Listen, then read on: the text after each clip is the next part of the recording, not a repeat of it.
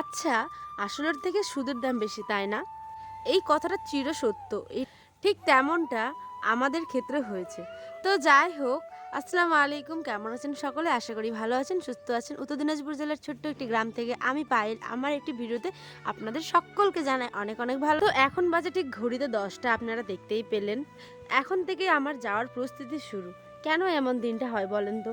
আচ্ছা, আপনাদের সাথেও কি এমন হয়? প্রত্যেকটা মেয়ে, প্রত্যেকটা মাই জানে যে এই দিনটাতে একটা কত কষ্টের, তাই না? যখন আমরা বাবার বাড়ি আসি তখন মনে মনে হয় নিজেকে দুনিয়ার সবথেকে সুখী মানুষ। তো কিছু তো করার নেই, সংসারের মায়াজালে তো প্রত্যেকটা মেয়েই আমরা আবদ্ধ, সেখানে তো ফিরে যেতেই হয় একটা না একটা দিন।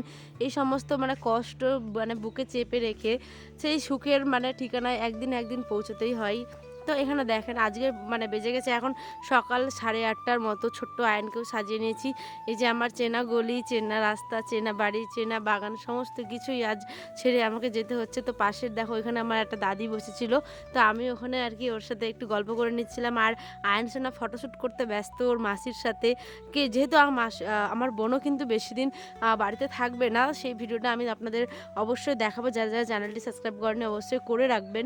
প্রত্যেকটা কষ্টই কিন্তু সুখের হয়। তো এখানে আর কি নানির সাথে আয়ান আছে। আর এদিকে দেখো দূরে বাবা দাঁড়িয়ে আছে। বাবার মনটা প্রচণ্ড খারাপ, যেহেতু তার নাতি আজ চলে যাচ্ছে বাড়িতে, তাই না? আসলের থেকে কিন্তু সুদের দামটা ঠিক ততটাই বেশি। আমি চলে যাচ্ছি, আমার জন্য বাবার মন খারাপ করছে অবশ্যই, কিন্তু তার থেকেও বেশি যারা নানা নানি হয়েছেন বা দাদু দাদিমা, ঠিক আছে, তারা এটা বেশি করে ফিল করবেন যে মেয়ে যখন যায় সেটা তো একটা আলাদা কষ্ট আছে, কিন্তু যখন ছোট্ট ছোট্ট বাচ্চাগুলো তো আসে বাড়িতে, নানুর বাড়ি, তখন বুকটা কেমন ভরে যায়, তাই না? আর এই যে যাওয়ার সময়টা দেখো, আর জান্না দিয়ে কিন্তু আয়ান সোনা দেখছে, হ্যাঁ, সেই কি কান্না তোমরা ভাবতে পারবে না, নানু নানু করে ডাকছে।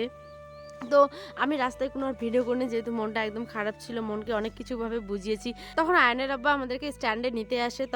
তারপরে আমরা একটু খিচুড়ি খেয়ে নিই, কারণ আয়ান সোনা তো সকালবেলা বেরিয়েছে আর আয়নের আব্বাও কিছু খায়নি।